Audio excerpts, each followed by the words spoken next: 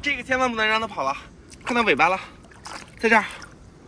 哇塞，别的不怕，就怕它咬手，你知道吗？抓这种还要慢点儿，不能把它弄疼了，要不然它回头就咬你一口了。好了吗？那边，在这儿，抓了一条好大的鳗鱼啊！这种的话很凶的，这个家伙，抓它的话一定要小心啊，最好带上个小夹子。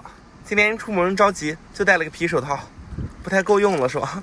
上后，这个好大，但是这个的话没法吃了，这个里面的肉都是松松垮垮的了。这是个母海螺啊，这个是。它这个头上的话是那个海螺的卵，这个就是它的小宝宝。海螺妈妈的话是救不了了，海螺宝宝就给它放生吧，对吧？这个家伙又在卧沙了。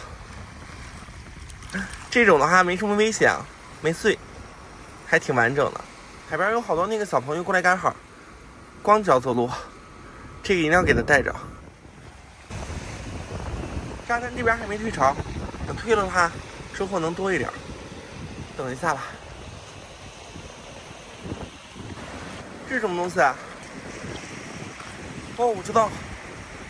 哇，这个死掉了吗？这是个小墨鱼啊，这个，但是可能已经死掉好长时间了。这个皮的话都烂掉了。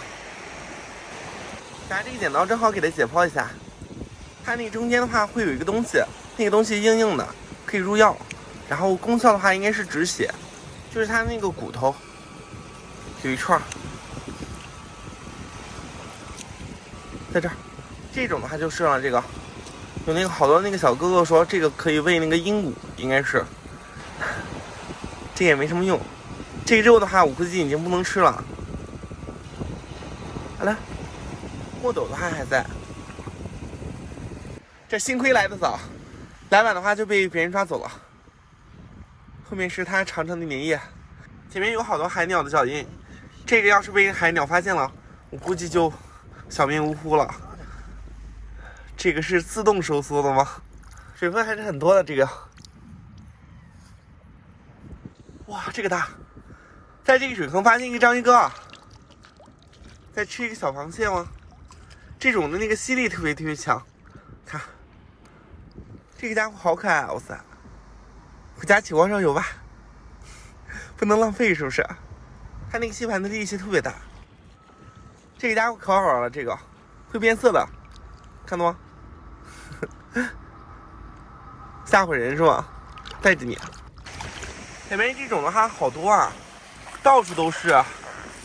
昨天7级风，今天起大祸了是吧？好多这个被海浪击晕的这个小臭鱼。还有一个，这种的话叫黄剑啊，这个直接起锅上油煎嘛，这个它会有好多那个小碎刺，煎的酥酥的，这个就很好吃了。这个